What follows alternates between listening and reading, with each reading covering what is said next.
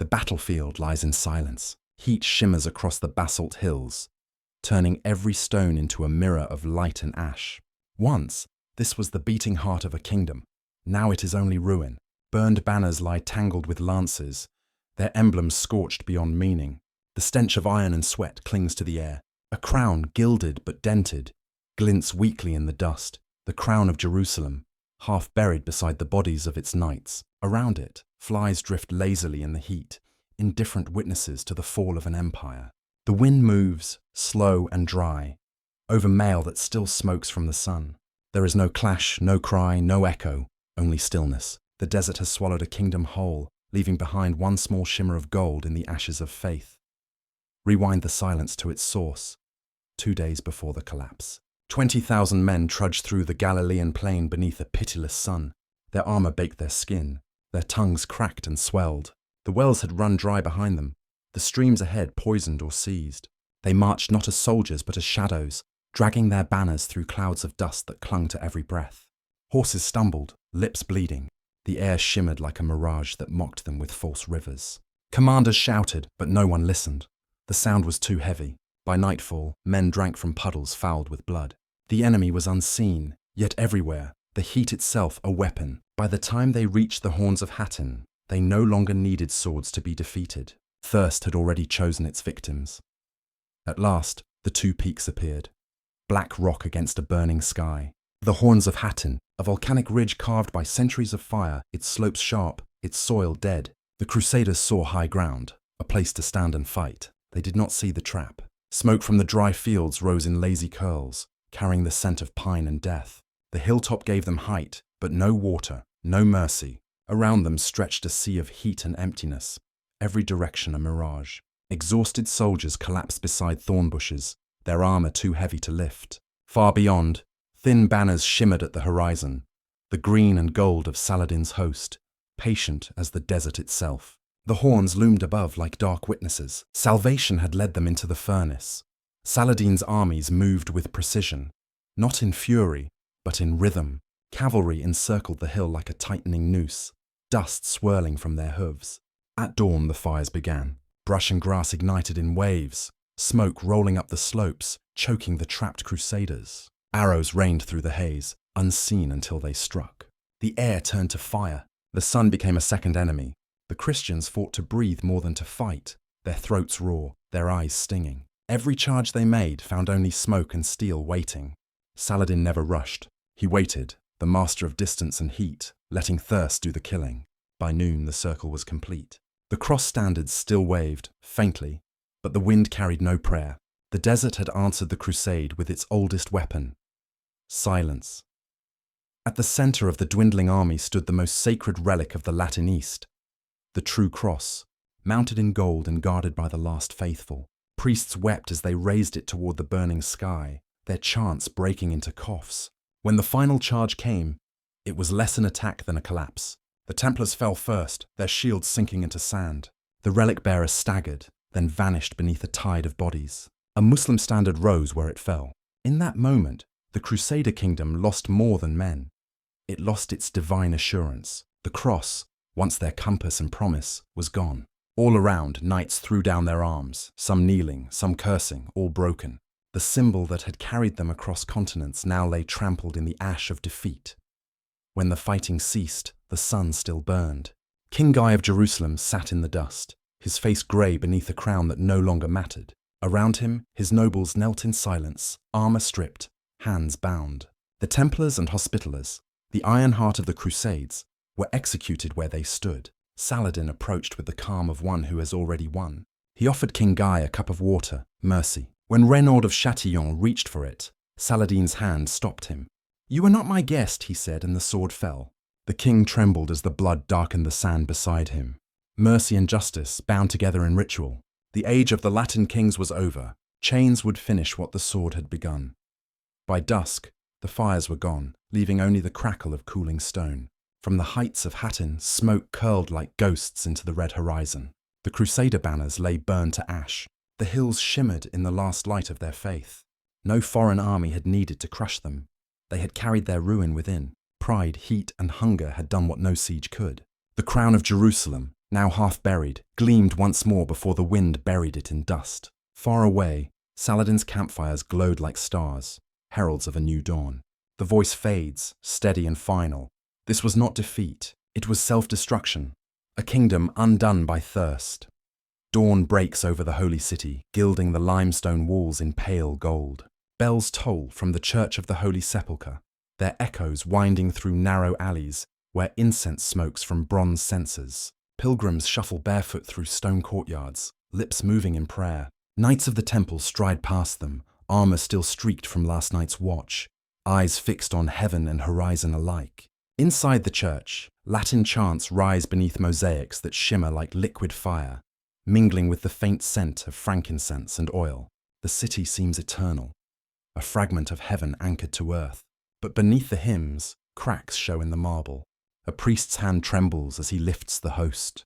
The light catches the dome of the rock beyond the wall.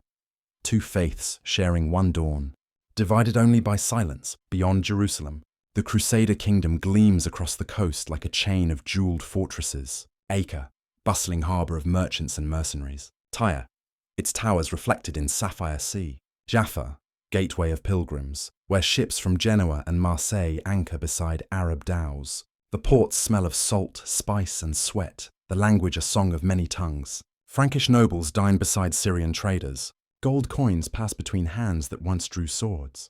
Their castles, carved into desert cliffs, stand as monuments to faith and fear, the stone still bleeding heat from the sun. Yet beneath the splendour lies unease. Every wall is a reminder of conquest, every prayer a plea to keep what was taken. The kingdom shines like glass in firelight, magnificent, brittle, and doomed to shatter.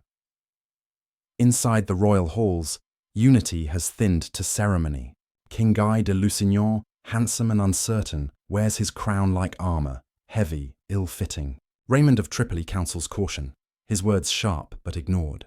Across the table, the Grand Masters of the Templars and Hospitallers glare, their rival banners like opposing flames.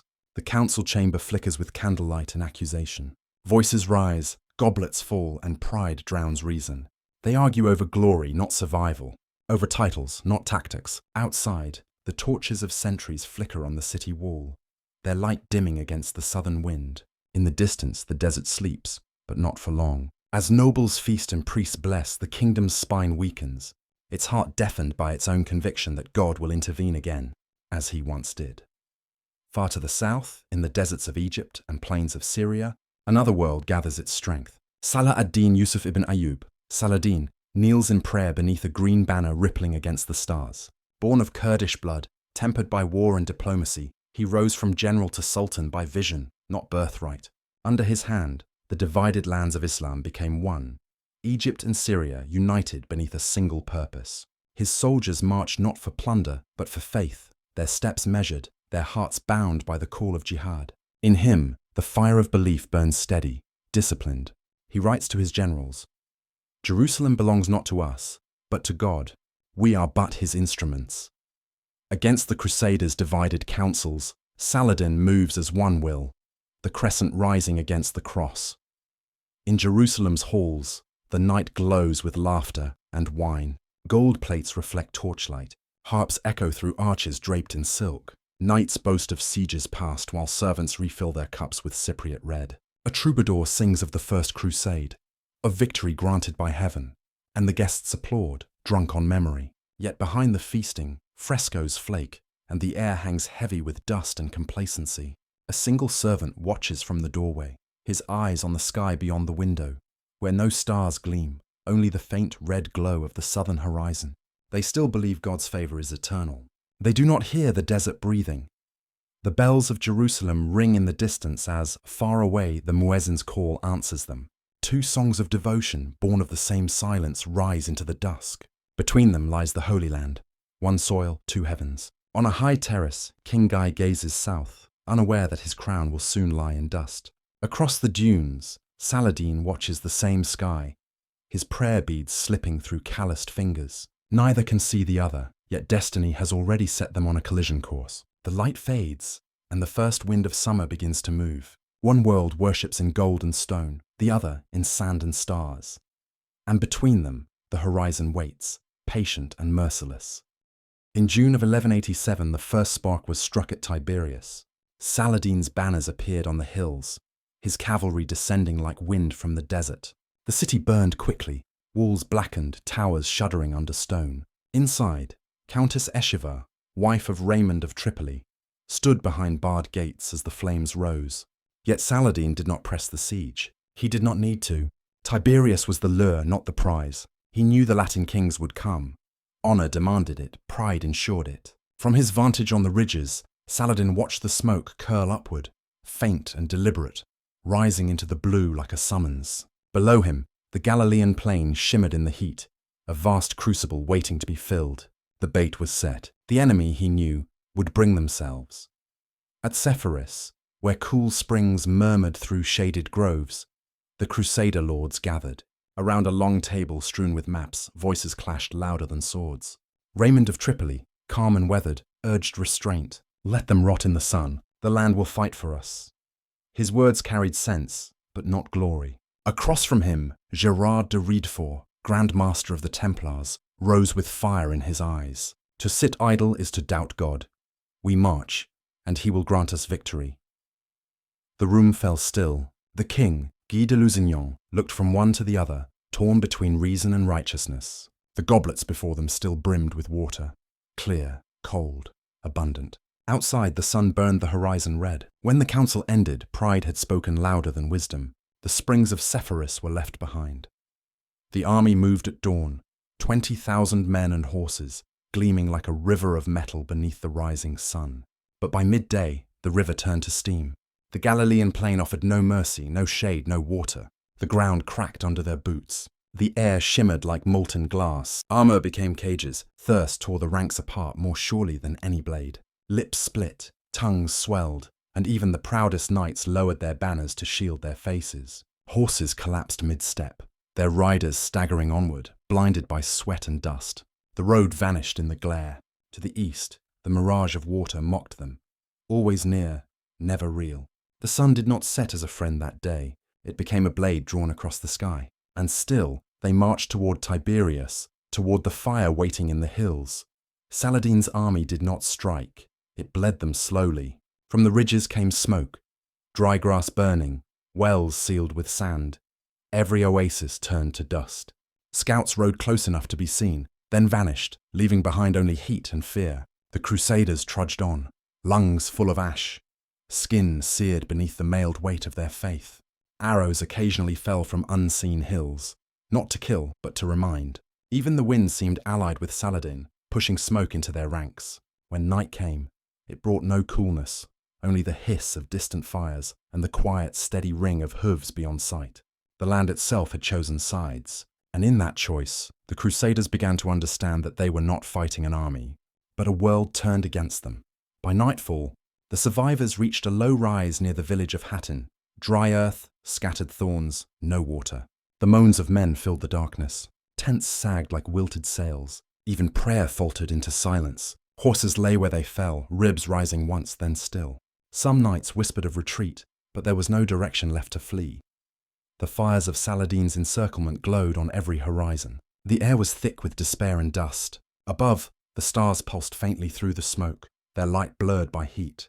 King Guy sat in the center of the camp, his face hollow, hands trembling around the relic of the true cross. No messenger came. No wind moved.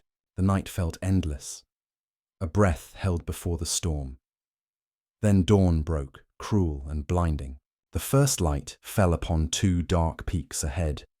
The horns of Hattin, jagged, black, unyielding. Between them shimmered the heat of rising fire. From every side the desert came alive. Banners snapping, drums pounding, the horizon bristling with green and white.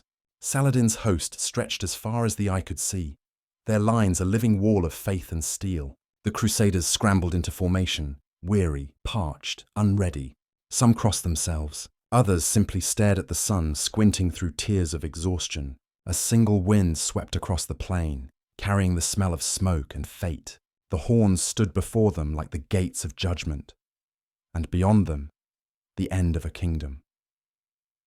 Morning breaks under a sky already burning. The Crusader camp stirs to the hiss of arrows and the smell of smoke. Saladin's archers form a living ring around the valley, loosing in steady rhythm, not to kill, but to choke. Grass fires crawl inward, the wind driving embers into tents. Men wait coughing, eyes watering, groping for armor too hot to touch. The sun rises fast, turning mail into brands. The sound is constant, the whistle of shafts, the crackle of fire, the murmur of death drawing near. No charge comes, no clash of blades, only suffocation. Trapped on the plain between the horns of Hattin, the Crusaders see their fate closing like a hand. Above the smoke, the banners of Islam gleam in perfect formation. Around them, the world itself seems to have turned against their prayers. By mid-morning, the fires have circled them. The Templars mount a desperate charge, their war cries cracking in the heat. But the sand swallows their momentum. Arrows meet them before they reach the line. Horses rear, eyes white, tongues lolling from thirst. The Hospitallers follow, then falter, shields falling from blistered hands. Armor clinks as men drop to their knees, undone not by sword but by sun. The true cross rises above them, the priests staggering forward with trembling arms. They chant as they walk, voices breaking into hoarse pleas. Deus vult! God wills it. But the sky gives no answer. The heat shimmers, the air bends, and the relic wavers like a mirage. Faith becomes fever. Steel begins to melt into surrender. Even the dust refuses mercy, clinging to lips cracked like old parchment. Then, the signal. A single raised hand from Saladin's hill. The drummers strike, deep, thunderous, unending. The rhythm rolls across the valley, each beat a hammer on the hearts of the dying. The Crusaders flinch as if struck, their movements now in time with the percussion of despair. The sound grows, a storm of skin and wood echoing off black basalt. Arrows fall with each beat. The drums quicken, and so does the smoke, swirling into a red haze. Horses collapse, their armor clattering like bells of ruin. Men stumble, hearing only rhythm, not words. The desert has found its pulse. Noon blazes above, a sun without shadow, a world without air. On the slope below the twin peaks, the remnants of the Crusader host form a last ring around their king. The true cross stands at the center, its gold dimmed beneath ash. Knights press shoulder to shoulder, swords planted in the ground, a wall of faith facing its final test. Around them, the banners of Saladin ripple closer, bright against the smoke. King Guy prays aloud, his voice trembling, Lord, remember us. No one answers. A few still fight, more kneel, the ground slick beneath them. A single trumpet sounds, hesitant, cracked. The echo vanishes into the wind. Above them, vultures circle the horns. Below, the sand drinks from the wounds of the fallen. The ring grows smaller, the shouts dimmer. Only the relic remains upright, swaying against the light. It happens in silence. A tremor, a gasp, a final slip, and the true cross tilts, slow as if the air itself resists. Gold leaf flakes scatter like sparks, drifting through the heat. For one heartbeat, time holds its breath. Then the storm resumes. Arrows descending in a hiss, the last of the knights raising shields over the fallen relic. Dust rises, blood runs black. The symbol of divine promise lies face down in the dirt. Around it, men fall without sound. The world narrows to heat and heartbeat, to faith dissolving in dust. And through it all, the wind carries the same refrain, not defeat, completion. By evening, the plain is a furnace of ash. The drums have stopped. Only the crackle of dying fires remains. Saladin stands on a ridge, his armor untouched by blood, his gaze calm. Below, his soldiers move among the wreckage, giving water to the captives, gathering the fallen relic. King Guy sits motionless, his crown gone, his hands bound. The true cross rests beside him, stripped of glory, quiet as a shadow. Saladin lowers his head, not in triumph but in reverence. The sun sinks behind the hills, its light filtered through smoke the color of rust. For a moment, the battlefield glows as if the world itself burns in remembrance. Then darkness comes, gentle and absolute, and the kingdom of Jerusalem dies with the day. The fires have burned down to embers. Across the plain, prisoners kneel among armor blackened by the sun. Saladin moves quietly through them, not as conqueror, but as judge. His face is unreadable, his step unhurried. Before him sits King Guy of Jerusalem, crownless, trembling, his lips cracked. Saladin calls for water. A silver cup is brought, cool and shining amid ruin. He hands it to the king, and Guy drinks. Mercy granted. Then Reynaud of Chatillon, the raider of caravans, the oath-breaker, steps forward, expectant. Saladin's gaze hardens. He is not my guest, he says softly. A sword flashes once. The desert accepts its offering. Around them, silence settles deeper than victory. This is not vengeance. It is balance restored. Mercy to the repentant. Judgment to the defiant. At the edge of the camp, the surviving Templars and Hospitallers kneel in rows. White mantles stained with dust and blood. They pray aloud, voices steady though they know the outcome. Saladin watches, his officers beside him. By the laws of faith and war, men who kill in God's name without surrender cannot be ransomed. The order is given. Swords rise in unison, catching the first light of dawn. The executions are swift, the air heavy with whispered prayers. The wind stirs the fallen banners, red crosses fluttering like dying flames. No cheers follow, no mockery. Even the victors stand in silence. The invincible knights of Christendom, the hammer of the East, are gone. The myth breaks quietly, like glass cooling after fire. 3 months later, Saladin stands before Jerusalem's gates. No army defends them. The city that once burned for conquest now waits in surrender. When the gates open, there is no blood. The Sultan enters on foot, head bowed, his soldiers forbidden to harm the innocent. Christian women and children file out beneath the green banners of Islam, weary, unharmed, escorted to safety. Behind them, church bells toll, blending with the call to prayer. On the steps of the Holy Sepulchre, Saladin orders the cross removed from the dome of the rock, not in fury, but in reverence. A holy place returned to its faith. The city breathes again, not in triumph, but in balance. The massacre of 1099 is undone. For the first time in a century, Jerusalem belongs to its silence. Back at Hattin, the wind moves through the bones of an empire. The plain lies empty. No banners, no voices, only the rattle of loose mail and the sigh of vultures overhead. A knight's gauntlet still clutches a handful of sand, as if trying to hold the land he swore to defend. The relics of faith, shattered shields, a broken crucifix, lie half buried in ash. Once, this soil was called the Kingdom of Heaven. Now it is only earth. The sun glints on rusted helms, then fades. What remains of the Latin kingdom is not territory or treasure, but the echo of its folly. Belief without humility, courage without wisdom. The desert keeps their secrets, whispering their names to no one. When word reaches the west, it arrives like thunder breaking over stone. Monks run through cloisters, clutching letters sealed in red. Jerusalem has fallen, they cry, and the bells of Paris, London, and Rome toll in mourning. Kings who once quarrelled over borders now kneel before their altars. Pope Urban's successor calls for a new crusade, not in glory, but in shame. Frederick Barbarossa girds his army in the Rhine fog. Richard of England swears his oath beneath the vaults of Westminster. The Third Crusade is born not from zeal, but humiliation. Across Europe, the smell of incense mixes with the smoke of forges. The world is turning again toward the Holy Land, chasing redemption through the dust of the fallen. Morning returns to Hattin, and the light is pale, almost kind. The battlefield lies quiet now, its edges softened by time. Over the horns, the air trembles with heat and memory. The camera drifts low across the sand. Scorched banners half buried.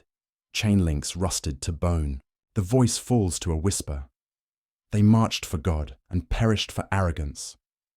Nothing moves except the wind. The crown, the relic, the empire, all gone. Only the hills remain, watching as they always have, unmoved by victory or prayer. In the distance, a single falcon circles above the plain, its shadow passing over what was once divine ambition. The desert closes around it, patient and eternal. Today the hills of Galilee lie quiet, gentle slopes washed in sunlight, their basalt crowns softened by time. The horns of Hattin no longer smoke. Their stones host only grass, wind, and the tread of shepherds passing through. There are no monuments here, no plaques or graves. The earth has folded the past into its shape, yet as the wind moves, it seems to carry whispers, the echo of banners, the murmur of prayers swallowed by flame. The land remembers what men forget. In the tilt of a ridge, in the curve of the valley floor, you can still read the ghost of that day. The battlefield is gone, but the silence it left behind still clings to every stone, as if memory itself were part of the soil. Hattin was not only the death of an army, it was the unmasking of belief. The Crusaders marched convinced of divine favour, certain their cause was holy and their victory assured. But the desert stripped them bare. Pride cracked before thirst. Steel bent beneath sun. The battle revealed not God's wrath, but man's blindness. A mirror held up to devotion without humility. It was faith reduced to endurance, religion measured in suffering. And in that furnace of certainty, their conviction turned to ash. The chronicles would speak of tactics, of kings and relics, yet the truth lies deeper. This was a test of spirit, and it was failed. The holy war that sought eternity found instead the limit of its own humanity. For the world that watched from Cairo and Damascus, Hattin was more than victory. It was renewal. Saladin's banners rising over Galilee marked the return of unity to a fractured faith. Egypt and Syria, once rivals, now marched beneath one purpose. Patience had outlasted pride. His triumph was not forged in rage, but in restraint, in the slow, deliberate rhythm of strategy and belief. The chroniclers of Islam saw divine balance restored, the arrogance of conquest answered by the calm of justice. In the soft light of dawn after the battle, Saladin's soldiers prayed beside their fallen foes, the desert wind carrying their praise into the hills. The crescent had risen, not to destroy, but to remind. Even those who fell before him could not deny his grace. To the Crusaders, Saladin became the noble enemy, a man who waged war without cruelty, who honored the living and buried the dead. He offered water to a king who had sought his ruin. He spared a city that once drenched its streets in blood. In time, his name crossed languages and faiths, echoing in the songs of minstrels and the ink of chroniclers. He was myth made mercy, chivalry unbound by creed. Across centuries, his figure endures, not as a conqueror or saint, but as proof that even in the darkest hour of war, humanity can still cast its light upon the blade. The Latin kingdom never rose again. One by one, its fortresses crumbled. Crac des Chevaliers, Montfort, Arceuf, citadels once defiant, now hollowed by time.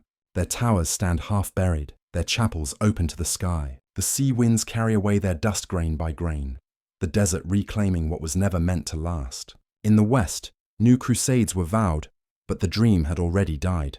The stones remember arrogance, the sand remembers faith, and both have learned to keep quiet. The camera drifts across broken ramparts draped in shadow, a red cross barely visible beneath centuries of dust. The empire built for God has returned to earth, its echo softer with each passing wind. In the end, it was not swords or sermons that decided Hattin, but heat, the fire of resolve against the weight of armor and pride. The battle burned away illusion, leaving only truth. Fire conquered steel. The Crusaders' faith had become iron, unbending, and in that rigidity, it broke. The desert remains, vast and patient, its silence heavier than glory. As the camera pulls away, the horns of Hattin fade into dusk. The call to prayer drifts over the hills, merging with the faint echo of distant bells. The light dims, and the voice concludes, quiet, certain. On the hill of Hattin, fire conquered steel, and the world learned that even holy wars can die of thirst.